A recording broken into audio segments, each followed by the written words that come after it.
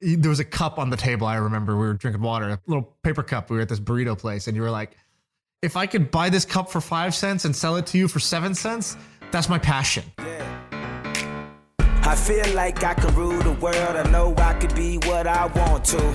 I put my all in it like no days off. On the road, let's travel, never looking back. Ramon, he is back. The guest from episode 2, which was one of the best episodes ever of this podcast. And then it was taken down for a bit. I don't know what happened. There was something. We got to take it down, make a little edit. People started hitting me up. Yeah. Hey, what happened to Ramon's episode? That's how much people cared. They wanted to know. People were just keeping track. Is that episode still in the library? Something happened. Some people noticed, which was amazing to me. Wow. And now you're Twitter famous. Yeah. As of today. Well, because of you and Sam. Yes, because you and Sam retweeted me and I got like almost 8,000 followers overnight. I went from 2,000 to 11,000 within 24 hours. So wow. Well, it's not just because we retweeted. I retweeted a lot of stuff. You told a great story. I'm just actually gonna find the hook here because you did a good job. Did Sam write this for you, or did you have him edit this? Because this was so well done. I felt like this can't be your first thread, and you started off this good on your first thread. How did that happen? no, well, it's Sam dripping off the whole tweet. So Sam actually helped me. Okay, this would work. This is the concept. This is a little bit like how you format it. Then he gave a little bit like, I would start with this, I will do with this, and I will explain that. Then of course I explained it. I sent it to him and he said like, yeah, this looks great. How would you have started it normally? And then I'll read what the end result was. What would you have normally said? Or what do you remember what your V1 might have been? Yeah.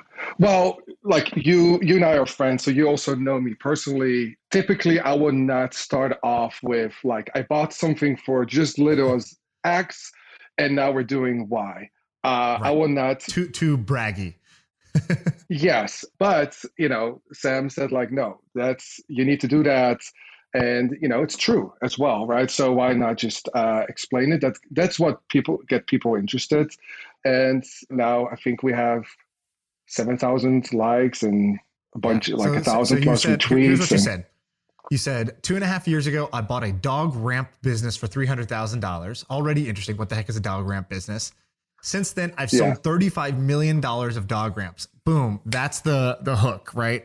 Yes. This little thing turned into a big thing. And then the promise, why you should read this thread. I'm going to explain why I bought it, how I scaled it, and why I bought a business versus starting from scratch. But first, dog ramps, ? And then and then the little hand pointing down, like, come read more. That is, you didn't take my power writing class, but that is exactly what you would have been my star student in this if you had done this as the example, because it has all 3 elements, right? What I call the frame. I bought it for $300K and I've sold 35 million. So that's the wow factor. Why should I pay attention to this? And why do I stop scrolling, right? So you have a scroll stopping number, $35 million of dog ramps. Mm-hmm. You have a curiosity gap, which is what the heck is a dog ramp and how did this guy do it? And then you have a promise, which is I'm going to tell you A, B, and C. But first, dog ramps, which is like you give them a lightweight entryway that they have, even if they don't want to know how you bought it, why you scaled it, all the operational stuff. I do need to know what the heck, dog ramps, what the heck? And so beautifully done. And then you tell the story, and the story is kind of amazing because people know that I don't talk about what my e-commerce business is, but they know that I have an e-commerce business. What they don't know is that it started because we were hanging out in your backyard and we were talking, and the whole time we're talking, your phone is just going cha-ching, cha-ching. It's like and I didn't even know what this was. It's the Shopify's like notification sound. And you didn't even notice it because it's always just normal to you. Your phone was sitting on the table. And I was like, do you need to get that? Like, what is that sound? And you go, oh, sorry, that's like sales. And I was just like, people love this idea of make money while you sleep, like passive income. Oh, make money while you sleep. That is a sexy idea. Yeah. This was even better. It was like you were just chilling and having fun, and money was just being made for you on the side, and just like a little cha-ching every 5 minutes. And it was literally in that moment I was like, I'm going to do this. I'm going to start an e-commerce business because I can't sit here and just let Ramon have all the fun. This is too good. So you inspired me to do it for sure. That's awesome. Yeah, I had to turn off that notification because it drove me crazy eventually, like ching ching ching ching every time there's a sale. Right. But it was fun in the beginning, almost like that, endorphin release each time Yeah, it ching. exactly. And if you're on YouTube, if you're watching the YouTube channel, which is just, I don't know, what is it? YouTube.com/myfirstmillion, I think, or HustleCon, something like that. Just search My First Million on YouTube. You'll find it. But you can see the ramp behind Ramon. So he's got the all the products behind you. So the company's called Alpha Paw. That's your thing. So we're going to talk about a couple different things. I thought it'd be fun, have you on, your substitute teacher for Sam. And like any substitute teacher, the class always has more fun when the sub comes in. So that's what we're going to do. I think we're going to talk about a couple things. I want to talk to you about kind of buying businesses rather than starting businesses. So how you do it, and we'll go through some examples maybe of what's out there. And then we'll jump back and we'll dig into kind of like your story. So how the heck you got started. But I first want to give the people and myself really kind of a crash course on this process of buying businesses. Because I was amazed when you told me you bought this business for $300,000. And did you buy this off of Flippa or Quiet Light, or where'd you end up buying this? Yeah, I bought this on a similar broker like Quiet Light. They're not around anymore, but it was a similar broker. Not as Flippa, but it's more of a broker. And when you bought it, I was sort of like, what the hell? Like, who does that? I didn't even know anybody who does like off these like random websites.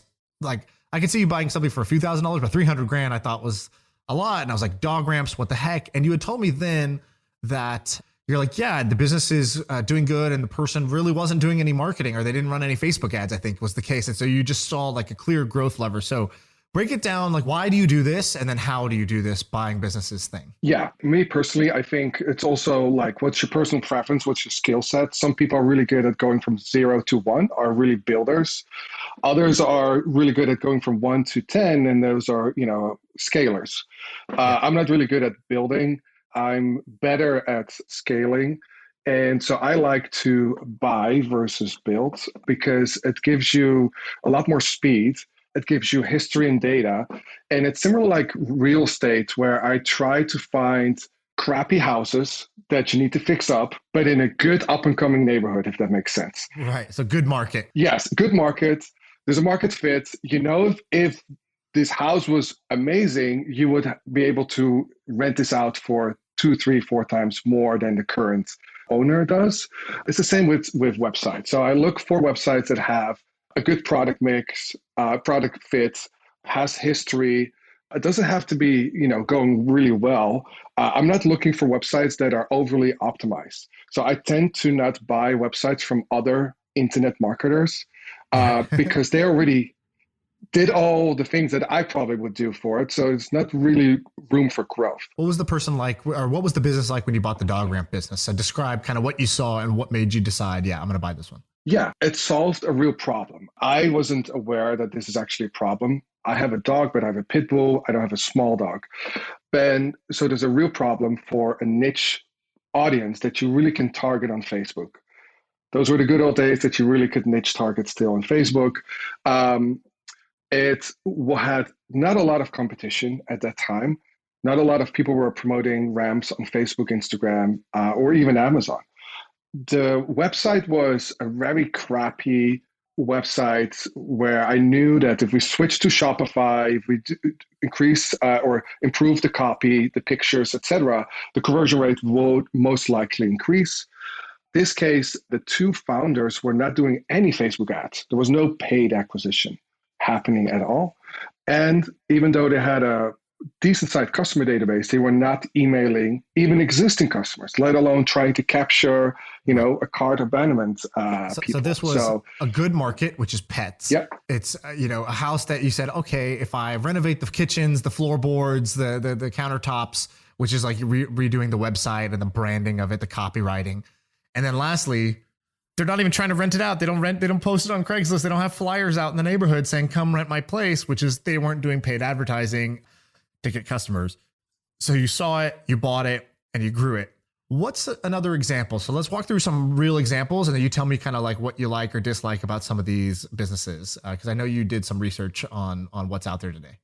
Yeah. So for example, there's one out, it's sort of a crossword puzzle website.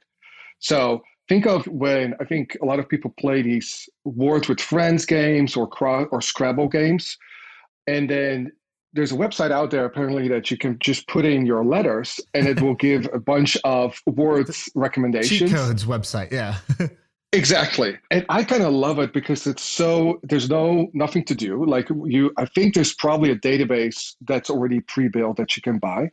You build it basically once, and then it's just trying to get SEO traffic, to your website. So for example, there's one for sale now for $9 million. They started it in 2017. It does 3.5 million in revenue. And because there's no really team needed, it's almost all profit. It's like around $3 million of profit. And it's just, printing money basically. I like these type of niches where not a lot of people think about, but there's definitely a huge search volume. What would you do? So give me two pieces on that. So the first is, with something like this, how would you try to grow it? Or would you not buy this because you say, I don't know how I would grow this where I get a faster payback on my money? So what would you do? How would you think about the growth levers for this one? Yeah, that's a good question. I will personally not buy it at the moment because the price tag, typically I only buy things in a couple $100,000 range, not millions. Without knowing too much of the current business model, I definitely would try to increase RPMs, meaning how can we squeeze more advertising dollars out of the same traffic? They get like tens of millions of visitors a month. And I looked at a couple of similar websites, and I think there's a huge opportunity by placing ads differently just to increase RPM. Similar, if you have an e-commerce, you want to increase conversion rates. If you have a content site, you want to increase RPMs, meaning how to get more people to click on the ads or things like that. Right. So I would do that. Secondly, I would look and do research, like for sure, if there's a huge segment of people that love Scrabble, what is this like? What other games do they like? And maybe build a sister website that does, I don't know, like what's it called? Sudoku, or whatever. So that's the two things that I would, if I would buy this type of website. And basically, when you buy something like this, most people say, I don't have $9 million. And I think when you started doing this, when you first started looking at these websites, you also didn't have enough money to buy one of these. So tell the story of like how you first started going to these websites, even when you didn't have enough money to buy one of these companies. Yeah, I've actually bought and sold websites that it started with buying something for $500 and then sold it for $1,500. I started on Flippa 12 years ago, and I've bought a piñata website that sells piñatas. You can send a picture of Sam, and it makes a piñata of him. Yes, a company in Texas would make a piñata and then ship it directly to the customer.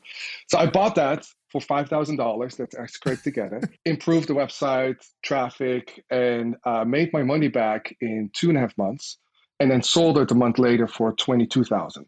Right. So it's not huge numbers, but those really, helped me to grow a little bit and really get a lot of experience. When I started SoapHub, I actually saw a similar website for sale on Flippa that was for sale for $100,000. Was in the daytime TV era too, and the topic was about daytime TV. Of course, I didn't have money. I had like a couple $1,000. I was not able to buy that. But what I did is like, hey, let's see if there's something there. Let's do a small test, build a fan page, see how the engagement goes, and then see if there is something there, and then grow from there. I guess we should explain. You created, if people have listened to episode 2, they know the full story. We won't go the full story again this time, but your claim to fame, what episode 2 is about, is telling the story of how you created a soap opera content site, like a soap opera website that was basically just saying, hey, you're watching Days of Our Lives, or you're watching, I don't know, The Young and the Restless. Here's the recap. Here's the spoilers of what's coming next. So you kind of built like a spoiler site for daytime soap operas. Like, who the heck thinks of that? And then you ended up selling it for $9 or $10 million cash. And that's like an amazing exit. And this is from a guy who has never watched a soap opera episode in his life. So I think people love that because it was so A, random, but B, interesting and relatable how you did that. And it sounds like one of the ways you were getting business ideas was you were going on these websites, and I think you had told me at the time, you're like, I saw a website for sale that was also in the daytime TV niche that was like $100,000 for sale. And you were like, cool, like I don't have $100,000, but if this is worth $100,000, maybe I can make something like this. And then you went through this process where you said, okay, how can I test these ideas? Because when I met you, I was like, all right, what's your passion? Silicon Valley style. And you were like, what problem you really want to solve? What topic, what industry you're really passionate about? And you were like, there was a cup on the table. I remember we were drinking water, a little paper cup. We were at this burrito place, and you were like, if I could buy this cup for 5 cents and sell it to you for 7 cents, that's my passion. Like, I like to buy things and sell things for a little bit more. And I'm basically an internet marketer, and I don't care if it's cups or dog ramps or soap opera spoilers. It doesn't matter to me. I love the process of like business and selling things. And I was like, that's amazing. I love the sort of self-awareness and honesty. And then when you were testing ideas for before you created the soap opera site, you went on Facebook. And if I remember correctly, you basically made like 30 fan pages or something like that. Because at the time, you could promote a fan page on Facebook for like cents. You could go get a bunch of likes of your Facebook page.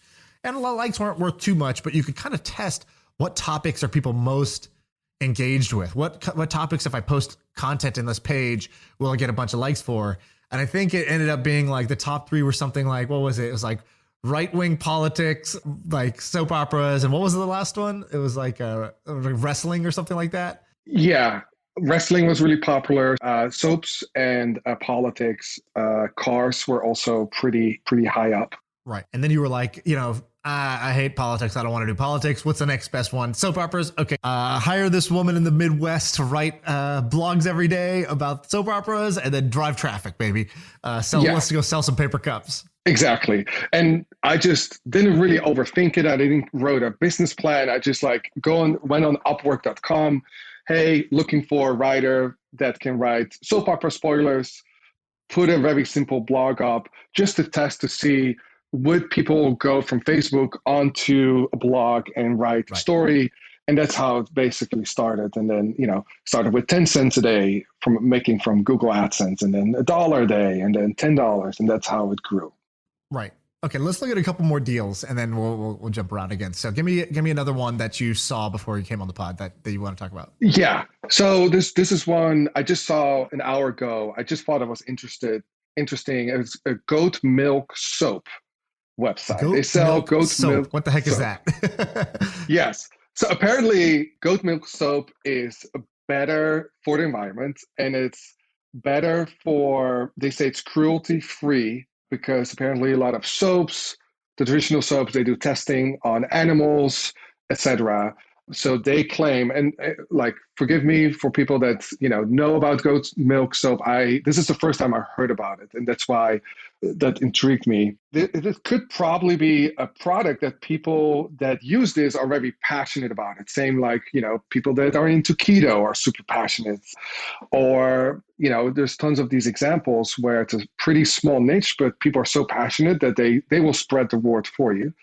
So this website, you can find it on Flippa. Just search goat milk soap. And I'm looking at the listing. It says 4 years old, monthly profit $20,000 a month. It's got a 29% profit margin, and it's selling at a 1.8x multiple, right? So what is that? So let's say 20 times 12. We don't do public math, but we do type things in. 240 times 1.8. So it's selling for 400 something thousand. Is that right? Correct. 425 is the asking price. Right. Okay. Amazing. So walk me through, how do you think about something like this? Yeah. So first, I will do a little bit of research about the product. Does goat milk really work? Is it more of a gimmick, or is it actually solve a problem, or are people really, interested? Is there a need for this? And again, if it's a gimmick, that's fine too, right? This is not like the answer is no, we'll not buy it. It's just important to know. Right. Back to the piñata example. Exactly. How many? Because it's very important too for not all ideas have to be $100 million idea. Like I think a $1 million a year business is amazing as well, right? So maybe goat milk soap is a very passionate niche product. I will do research okay, how many people in the US search for it? You can use Google Trends, or you can use all kinds of search volume trackers that you can see how many people are searching for this keyword.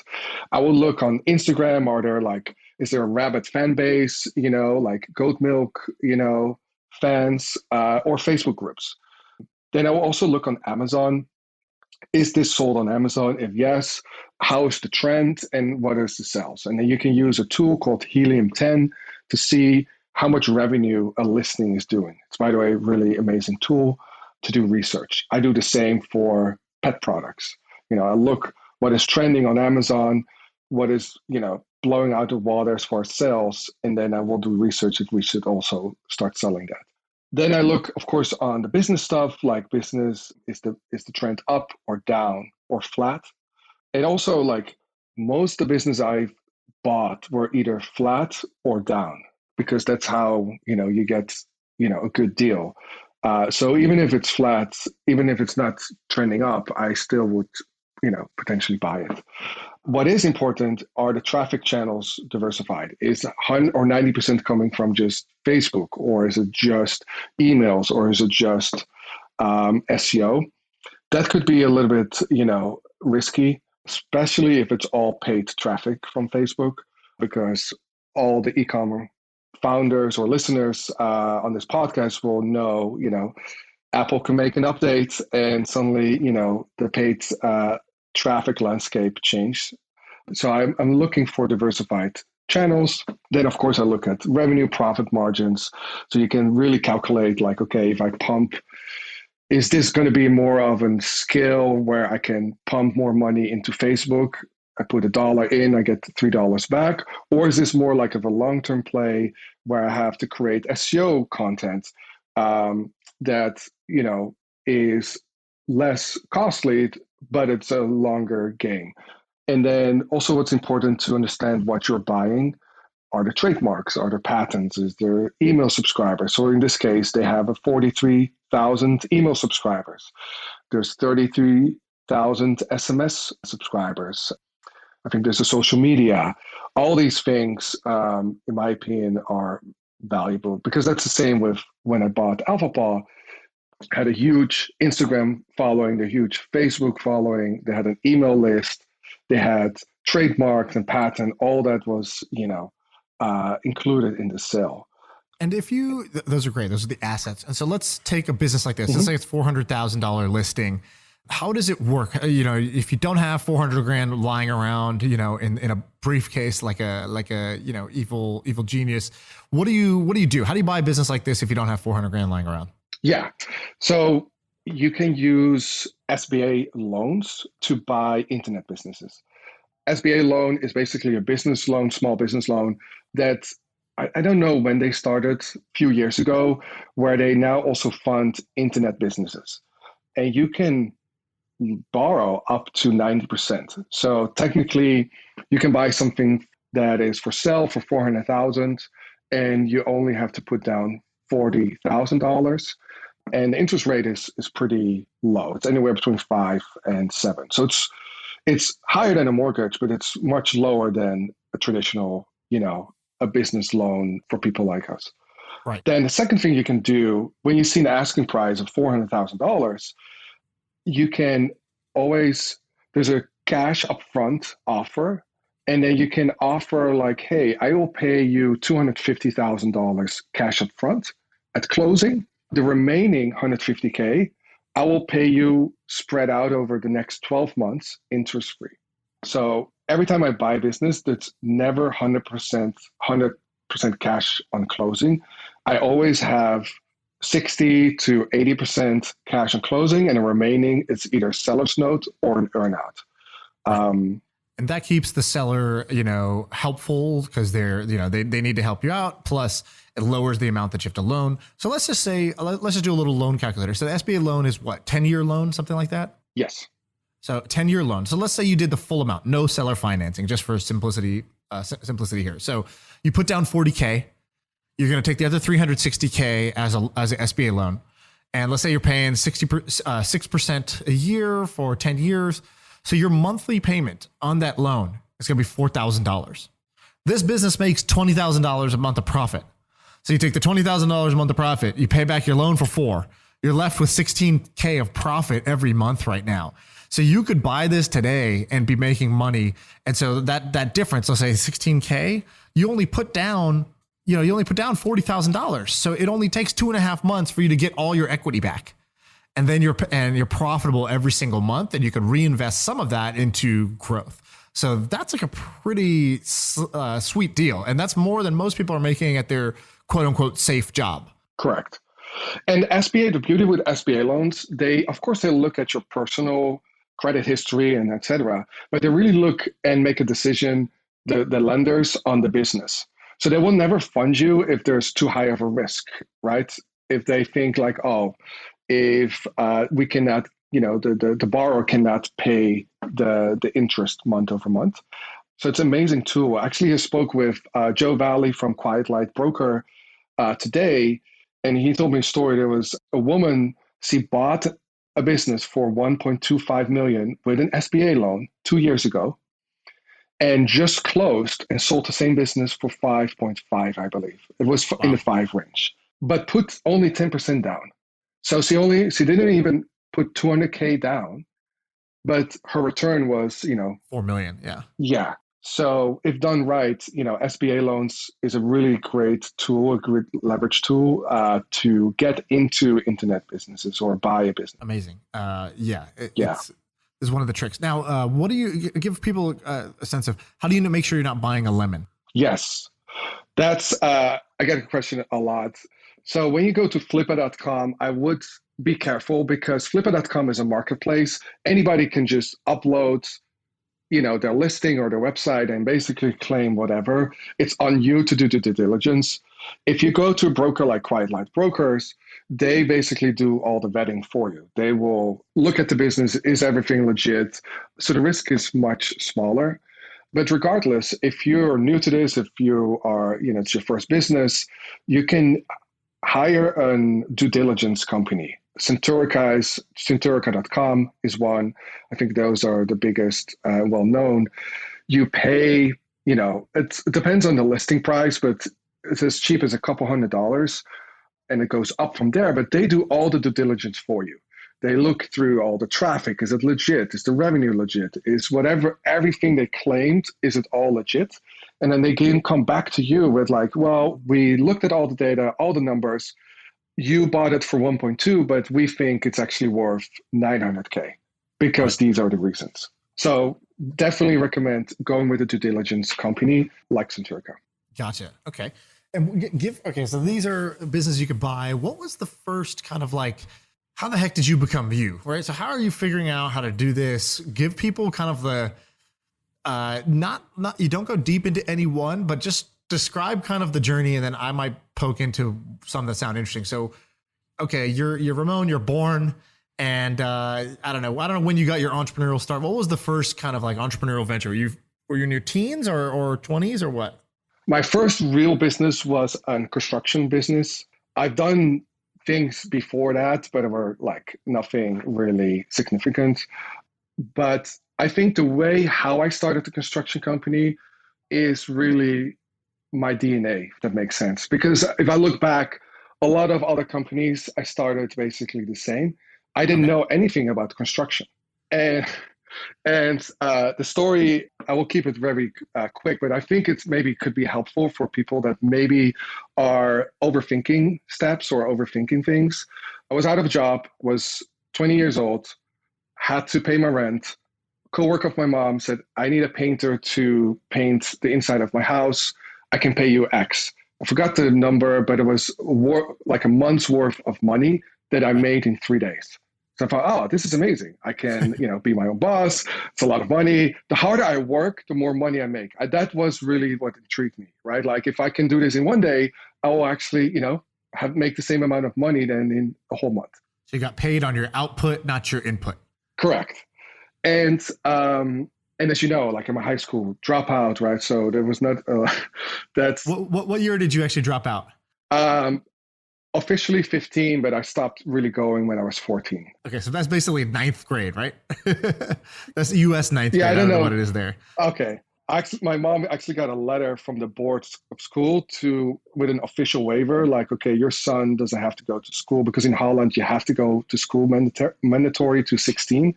They actually gave me a pass because no high school wanted to accept me. But that's a different story. So going Such a back, good guy. on Sunday night, he paid me out. I said, this is amazing. So on Monday morning, I came up with a name, house improvements or home improvements, one of those two, built some, designed a couple very ugly business cards, made a one-page website, and put an ad out on the Dutch version of Craigslist. And I thought, you know what, let's just not do only painting, let's do we do everything. Construction, like remodeling from A to Z, whatever. And, I thought you don't know how to do any of that, by the way.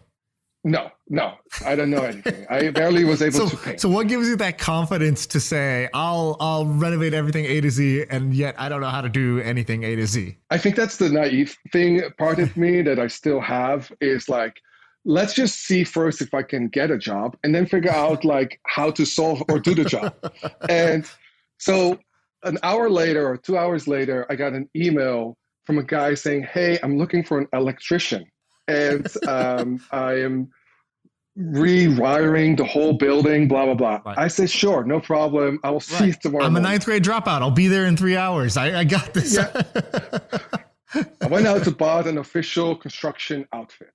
So I really looked like a construction guy or and I went there the next morning, and disclaimer, of course, I will not have done things that will, potentially kill people, but I just wanted to see I don't know, maybe it was something simple. Maybe so he gave me the tour, and it was I couldn't even understand the words he was saying, oh, we need to wire this and we need to do, and the floors were open and the walls were open. And I was still playing along, but in my mind I was like, there's no way I can do this. Plus it's dangerous as fuck. So he went out to run some errands. I waited for him because I didn't want to be an asshole, just go left. So I waited for an hour. He came back and I was like, listen, I'm going to be honest. I don't know shit about the construction company. I don't know shit about Electra. I just started yesterday. I want to build a construction company, but I don't know anything. And because he was an entrepreneur, he laughed his ass off and he actually gave me work. He said, you're hilarious. Just help me with, getting, carry supplies. This box over here. Yeah. And he paid me the same amount of dollars or euros hourly rate than he would have done before. I think also, by the way, if we have young listeners, I think it's so important to do those things when you're young. Because if I would do it now, I'm 40 years old. Not endearing. I don't think it's not endearing. It's not oh, I appreciate your hustle. No, it's hey, you're a con man. Yes. So if you're young, take advantage. Sam was also really genius of doing that as well, right? You can just get away with so much more of showing hustle. But also I think he appreciated that I waited for him and just be honest, hey, listen, I don't know shit about this. But he gave me a really good tip. He said, in order to own a construction company, you don't have to know everything or do yourself. If I were you, find freelancers, you focus on getting the projects, and then you outsource it to freelancers. So that's what I did, and found an electrician, freelancer, plumber, everything you need, a whole crew that you need. And 2 weeks later, I got a second job.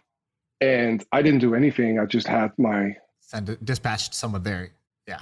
Yeah. I sold it for 10K. My cut was around 5K. And that's how I basically grew the construction company. And within a year, a little over a year, we were at 20 to 24 people, depending on how many projects we had. And at that time, we did close to $1 million or €1 million, sorry, a year in revenue. And you're 19, 20 years old, something like that at that time. Yeah, 20, 21 when we, were a year in. And so what happened to that? Happy ending or sad ending to this story? Well, very quick, maybe story about how I scaled. The scaling part, I think it's also could be helpful for people, is that the big problem with construction is the job is 2 weeks and then you have to find another job. The job is 4 weeks and you have to find another job, right? So it was really hard to keep the guys busy and really make sure that the projects align, if that makes sense. Yep. So I thought, hey, who can I find? What can I do so I don't have to find jobs anymore? Real estate investors, they buy apartment buildings all at once. They all need to be renovated at once. So I went to local real estate meetups. That was actually horrible because I was really out of my place. I was way too young. I was like, blue collar guy with all these fancy pants. But one thing led to another, that I met the biggest real estate investor in my region that I lived. And he was like literally buying apartment buildings at the foreclosure every month, between 20 and 100 buildings at a time. Wow. So now he became my client, and he was my client to the end, basically. I never had to search for a new customer. So that was all the good news. Then I made a bunch of mistakes. Cash flow projection was one, where construction, it's a little bit similar like with e-commerce. I think you could grow yourself into bankruptcy, if that makes sense. Making, for example, with a construction, same with e-commerce, you have to put a lot of money up front. I have to pay every Friday the crew. I have to buy the supplies, but I only get paid all the way at the end when the project is done. So the faster you grow, the more projects you have, the more money you have to put out in the open, and you have to wait for it. So that was really, and I was just not good at cash flow projections. I just didn't do it. And another thing that really was bad was growing too fast, that I have to hire people that I normally would not have hired, and really lost grip of the business. That makes sense. And, it started to break. Right. And I had to close the company after 3 years, more or less. And our mutual buddy Sully was at my house this weekend, and he said something like, I don't know if maybe this is the guy you already talked about, but he said you had some like mentor kind of help you early on, somebody who really changed the course of your life. I don't know. Is he talking about that guy who gave you that first kind of insight to hire freelancers, or is there somebody else that he's talking about? No, this is a different story. Okay, tell that one. All right. That story was before my construction company. I was almost 18 or around that time. My mother kicked me out the house. You have to figure your shit out. So I have to pay rent. So I had to find a job at a local Best Buy, the Dutch version of Best Buy. A couple weeks in, I said, like, this sucks, right? Like long hours, whatever. And there was a guy coming in a nice, expensive suit. He wanted to buy something, was not in stock. He gave me a business card and said, like, software solutions. And I didn't know anything about software or programming or whatever, but I knew— Or solutions. Or solutions, whatever. I didn't know anything. But I just knew, like, okay, hey, there's a lot of money to be made and a lot of opportunity because this was like the early internet days, right? Like, I'm an old fuck, right? This is like before 2001, before the internet bubble, if people remember. And so I didn't know what he was doing, but it was something in software and solutions. And that's how you knew it was good because he came in a fancy suit, or you separately had been thinking about the internet? Separately been thinking about, because I always was like trying to, let's buy this type of product in Germany and then try to sell it in Holland. Like I was always trying to doing these schemes, legal, of course, but internet was just like this whole new, like for me, this was like amazing. There's so much opportunity. And so I knew that. I just didn't know like exactly how to get started, how to even, write a line of code or whatever. So I started stalking him. I said, hey, and this is again, the benefit of being young, like, hey, I want to get a job at your company. And he said, we're not hiring. But I kept stalking him respectfully, but I did stalking him for months, like 3-4 months, to a point where he said, you know what, I'm so sick and tired of this, in a good way. Let's make a deal. If I'm going to give you a book, on Friday, we have an internal exam for programmers. If you pass that exam, the company will hire you and give you a 6-month internal program to become a Microsoft developer. but you have to promise me if you fail this exam on Friday, you have to leave me alone for the rest of your life. I said, okay, let's do it. They know what it was expect. He gave me a book about Microsoft database access database programming. Studied that if my life was depending on it, did exam, and I passed. I didn't pass A plus, but I passed enough. And so they gave me a job. And for the next 6 months, they trained me. I was able to become a Microsoft software developer within this company. They gave me a lease car. They gave me a laptop. They gave me like a phone. Like it was insane. So this guy really changed my life because I think learning how to code really is helpful also in other ways in your life. Like, because it really, you analyze problems in situations just different if when you know how to code. That makes sense. And but today you don't consider yourself like a coder. Like, let's say for your e-commerce website, you're not the one going and making changes. Do you do it like sometimes or early on before you hire people? Do you just do stuff yourself, or no? You're just saying learning it back then and using it back then and learning how to think that way was helpful. Yeah, and that time I had to learn Visual Basic. That language doesn't even exist anymore. So it's like I know how to read PHP and HTML, and I know how to do it, but I'm like I never do it. Basically, I think it's more of breaking down. What was so frustrating as a programmer is like finding bugs. So you have like a 10,000 line code, and there's one thing it breaks.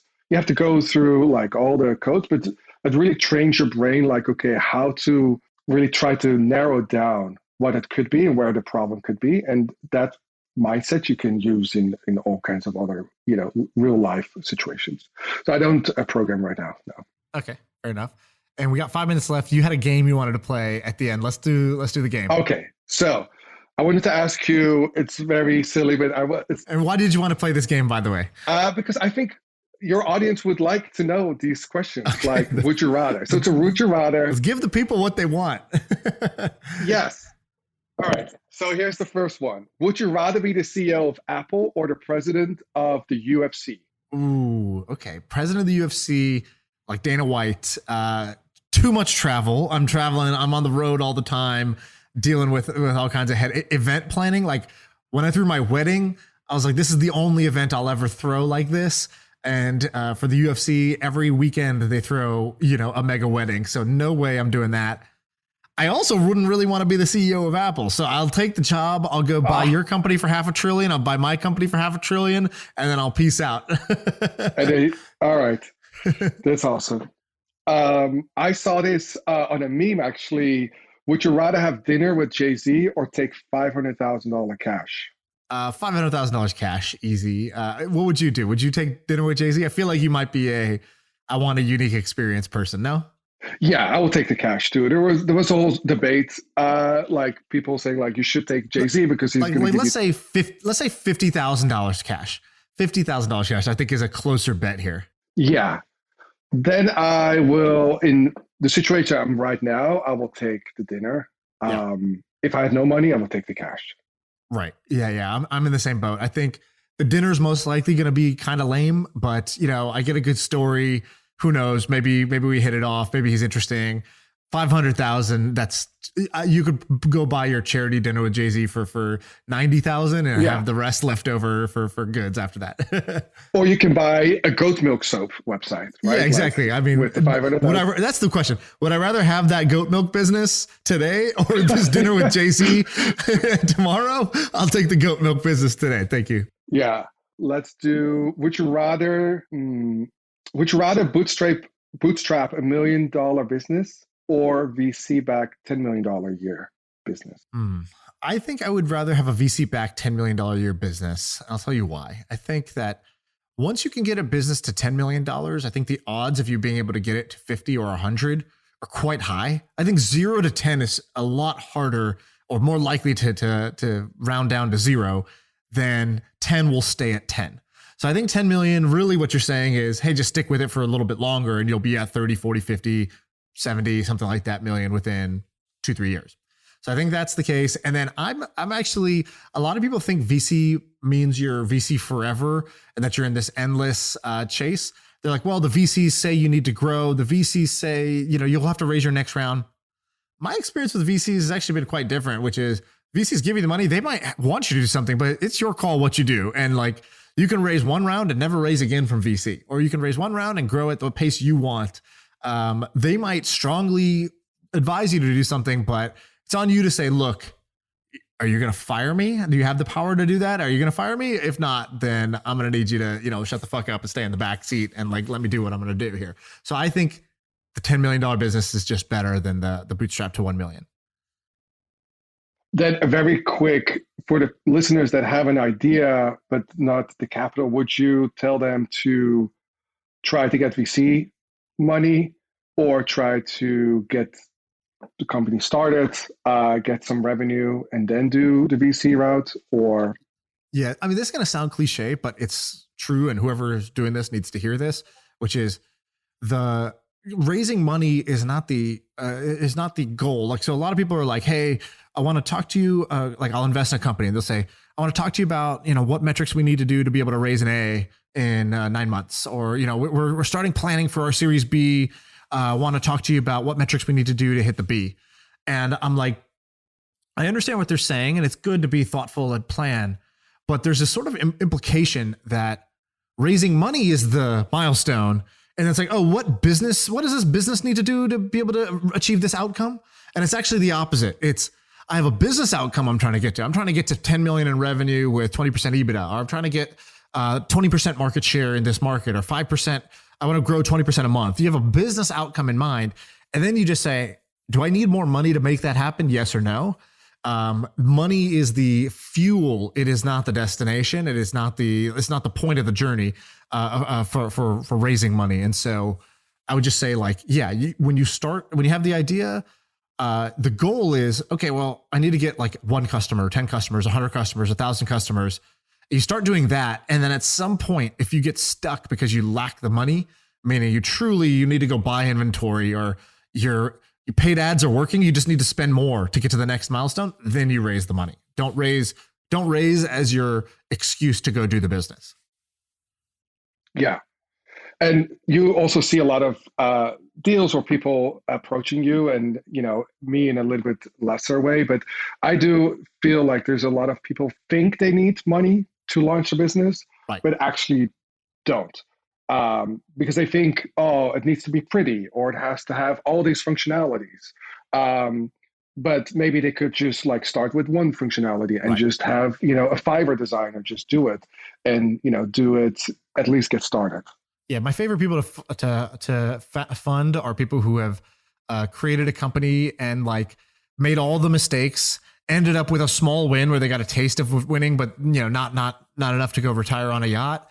Because the next time they start, they're like, not going to waste those 6 months on design mock-ups and branding and getting the trademark and all this other stuff. Like, they know what are the traps, and they know what you really need to do versus what you think you need to do. And there's a big gap there. But usually, even if somebody tells you, experience is the best teacher, because the voice in your head, typically, from most entrepreneurs I meet, the voice in your head typically is giving you some bad advice your first time through. And it's okay. Like, just go do it, learn those lessons, and then the second time you're much better off. Yeah, I agree. Then last question, would you rather do a boxing match against Sam or do an Ironman with me and Sully? Both. I'd rather do the boxing match with Sam, because that sounds more fun and exciting than like an endurance race. But so I would do a boxing match with Sam. I think that'd be great. I've always wanted to like feel what it's like to be in a real fight. Like, I think I got into like 1 or 2 little altercations when I was younger, like in high school or middle school, but it was always like I hit the kid and then he ran away, or like he hit me and then it got broken up. And it's like, it never was like, okay, let's do this. Let's start. No one's going to break this up. And the point is to actually get in a fight. So I would do it. Although Sam is definitely like, on horse tranquilizers or whatever, like horse, growth hormone or whatever he's taking. That guy's built like an absolute monster right now. So, I need a little training period, but I would do it. Actually, a lot of people, because he's been posting videos of me and him sparring. He wants to become a fitness influencer now. To his credit, by the way, he posts videos of you hitting him and him going down. Normally when people post, they Yes. cherry pick what makes them look good. He does the opposite. He posts of you hitting him at the liver shots and him falling down over and over again, like a compilation. Yeah. And to his credit, he started 4 or 5 months ago. Not super serious, not that he's doing it every day, but he actually got really good really fast. I've been training much longer, but a lot of people on the Twitter comments actually are voting for you versus Sam. So maybe we should give the fans what they need. Let's give the fans what they want. Yeah, we need like a Kickstarter or GoFundMe or something. It's like if certain number of people vote for this or pre-buy a pay-per-view, $5 pay-per-view of this, we'll do it. We need like 10,000 pre-buys. Okay, 10,000 pre-buys. That's the goal. 10,000 pre-buys of a $10 pay-per-view, and then we'll do it. Okay, let's set it up, and then you can either come here to Austin. Give me I don't know, 4 months to train, and we'll film the training. 4 months to train. We'll do it. Yeah, 4 to 6. Each one can get one good trainer, boxing trainer. Do you want to do boxing or MMA or no? Boxing is simple. I don't have time to learn 5 martial arts, so we'll get to the point where we're both shitty at boxing, and then we'll do it. Yeah, let's do it. I think we should do it, and then maybe Sully and I can box too as the prelims. Undercard. Yeah, we should get the undercard. Anybody. It's a CEO boxing tournament.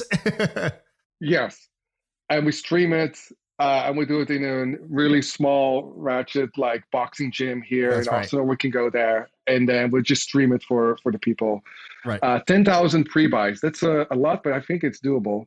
I think it's doable. Especially if we can get the support of your listeners. Yeah, we're saying it now. People will just have to see. We'll just have to get them a link, and let's get them a link, and let's do it. All right. I cannot wait. All right, perfect. Okay, I gotta run. I gotta do a call with this guy. Ramon, thanks for being on. Where should people find you? So now you're Twitter famous. So is it Ramon Van Meer? Is that your Twitter handle, right? Actually, I feel so dumb. I don't know, actually. Let me see. Because I barely used it until yesterday. Yeah, Ramon Van Meer, all together. No, at Ramon Van Meer. Go by if you have a small dog, like I have a multi-poo. I have 4 of your ramps in my house because it's a lifesaver. Yes. Otherwise, your dogs get injured backs and they're jumping off couches and stuff like that. That's like, imagine jumping onto something or off of something that's 3 times your height, right? That's what they're doing. And so these ramps are onto the bed, onto the couch, up the stairs. That's how I use them. So go buy some ramps from Alpha Paw. Oh, thank you for the plug. Thank you. It was good talking, and I see you at the boxing match. Amazing.